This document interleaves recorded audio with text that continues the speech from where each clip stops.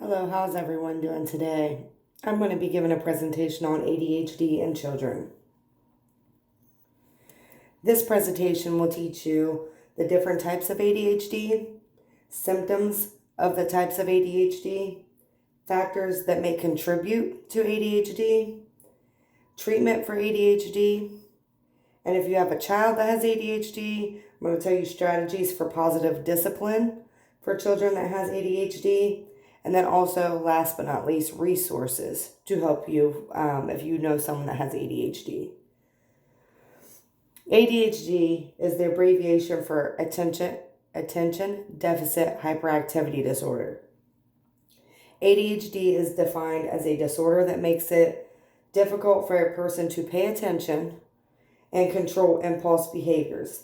He or she may also be restless and almost completely active. ADHD was first mentioned in 1902. British pediatrician Sir George Still described ADHD as an abnormal defect of moral control in children.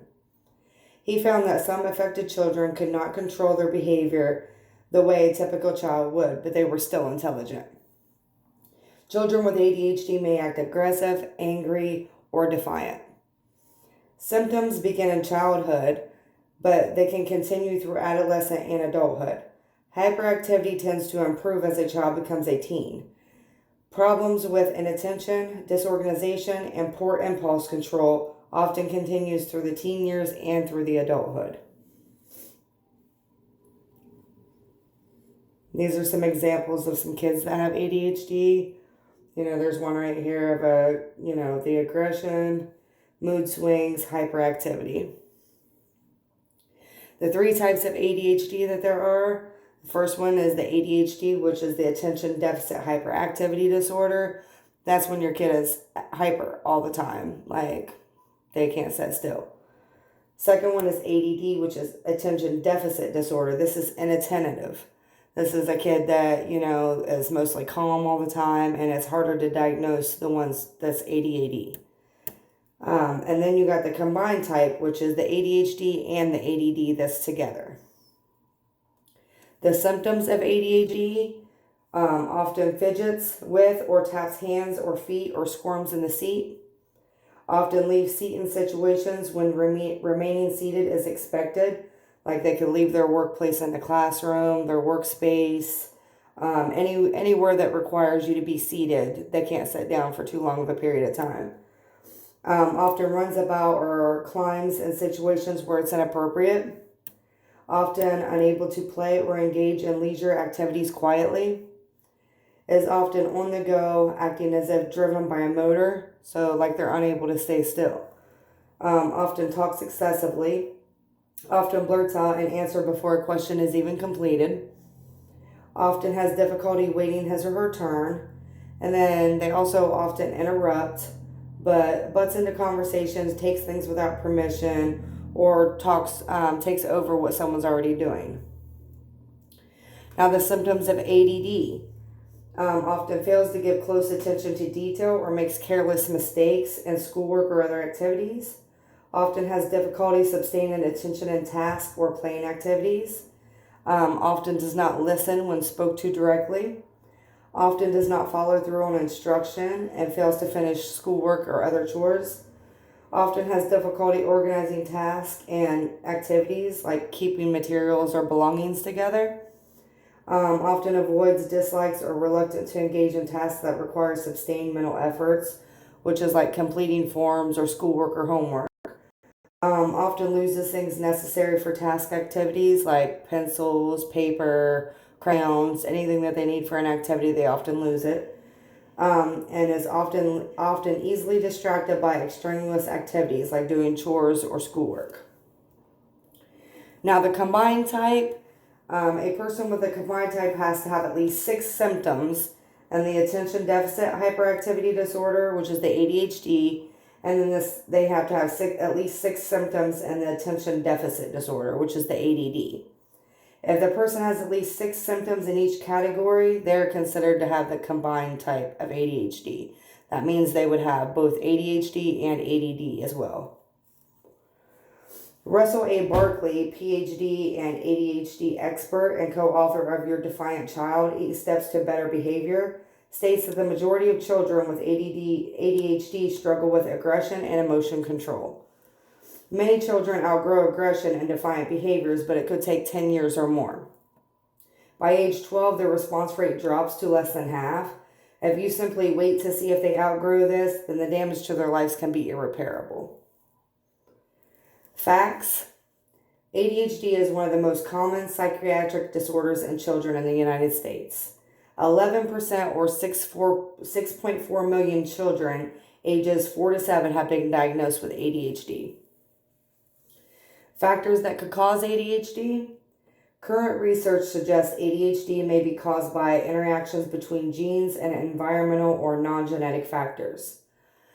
Factors that may contribute to ADHD includes genes, cigarette smoking, alcohol use, drug use during pregnancy, exposure to environmental toxins such as like high levels of lead when the child was young, low birth weight, and brain injuries. Treatment options for ADHD is stimulants. Although it may seem unusual to treat ADHD with a medication that is considered a stimulant, it is really effective. Many researchers think that these stimulants are effective because the medication increases the brain chemical dopamine, which is essential roles in thinking and attention, which, the kids that have ADHD, they have a hard time paying attention and, doing all that. So the stimulants help them with that. A new study published in the Journal of the American Academy of Children and Adolescent Psychiatry shows that adding a common antipsychotic medication, which is Resperol, to the usual treatment of ADHD stimulant medication plus parent therapy can reduce aggression more than parent training and stimulants alone. So if you have that antipsychotic drug, they say that if you have that with a parent therapy and a stimulant drug, it usually helps the kids more. There's also non-stimulant. These medications take longer to start working than the stimulants, but they can also improve focus, attention, and impulsivity. Doctors may prescribe a non-stimulant if a person has bothersome side effects from the stimulants. Side effects of ADHD medication.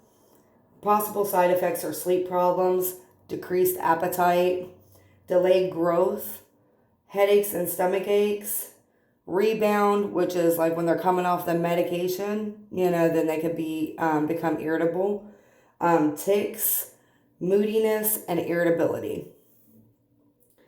Now, therapy for children with ADHD is different. This has nothing to do with any medication, but parents and teachers can help children and teens. Parents and teachers can help children and teens with ADHD stay organized and follow directions with tools such as keeping a routine and schedule, organizing everyday items, using homework and notebook organizers, and giving praise and rewards when rules are followed. The one thing with kids with ADHD, if you praise them when they do a good job, that's good attention. That, the bad attention, if you keep yelling at them for the bad things that they do, then they think that they're always doing something bad. Put your child in sports or supervised activities. This gives them a chance to actually be in something that's structured. So it gives them something to do. Aggressive children need individual therapy to learn how to better manage their impulses and emotions.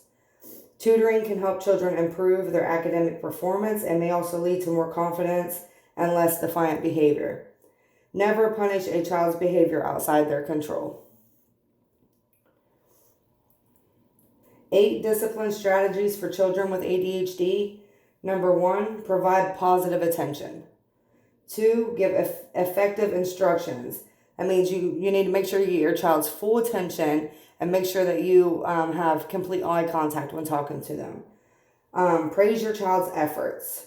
Use timeout only when necessary. Ignore the mild misbehaviors. If you have a child with ADHD like I do, they're all over the place and they misbehave a lot. So the mild things that they do, just kind of ignore them and then conquer the more strenuous stuff, the stuff that they would get hurt from. And then that's when you use timeout. Establish a reward system, like create a token system. Like if they're good for something, give them a token, and then they save them, and then they can exchange them for like electronic time or playing a favorite game. Allow for natural consequences. When disciplining a child with ADHD, choose your battles wisely. You don't want your child to feel as though they can't do anything right or that they are constantly getting in trouble. And then work with your child's teacher.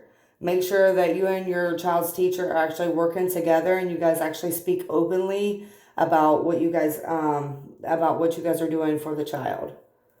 Eating with ADHD. An ADHD diet ensures you're getting adequate levels and the right foods optimizes brain function. Foods rich in protein, lean beef, pork, fish, eggs, beans, nuts, soy, and low-fat dairy products can help have beneficial effects on ADHD symptoms. And then right here, if you need to find help, the National Resource Center on ADHD is a program for children and adults with ADHD supported by Centers for Disease Control and Prevention, and it has information and many resources. They can be found online at www.helpforadhd.org, or you can call them at 1-800-233-4050. Thank you so much.